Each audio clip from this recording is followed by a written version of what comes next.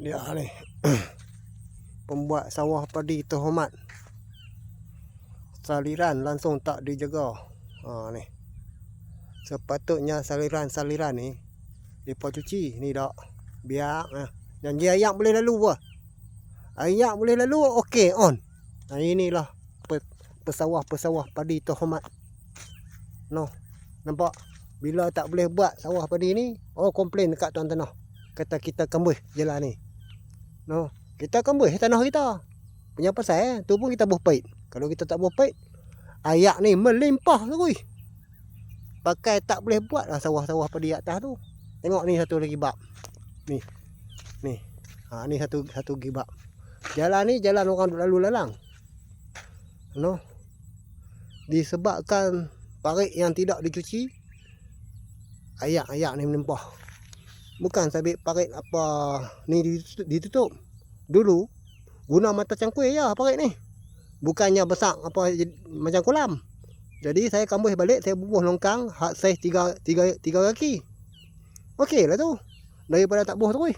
No, saya buh juga bagi ayak lalu. Tanah saya ni. Kalau saya tak mau buh pun saya punya pasal ya. No. Tapi kita kesian kat orang pasal duk lalu jalan ni. Ni satu ni duk update pasal bab tuition lah bala bapak dia bah. No, tapi jalan ni ada main kisah. Orang duk lalu nak pergi rumah dia juga. Ni kata manusia. Akai tak ada. Pait ayak berjuntai atas jalan pun mai tengok pun tak, mai haram, mai kambus pun tak. Itulah manusia berkepentingan. No. Aku bukan nak marah, tapi aku marah sebab apa masa aku suruh mai buat. Mai jumpa aku buat pak masa aku nak buat parit ni dulu. Sekok pun tak mai. Sekarang natijah dia, timer ambil. Nampak? Ni orang kata manusia mangkuk ayun.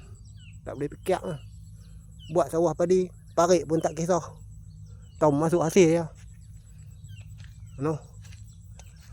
Ni lah pesawah padi terhormat. No. Langsung tak jaga peparitan. Zaman pak aku buat dulu bukan macam ni.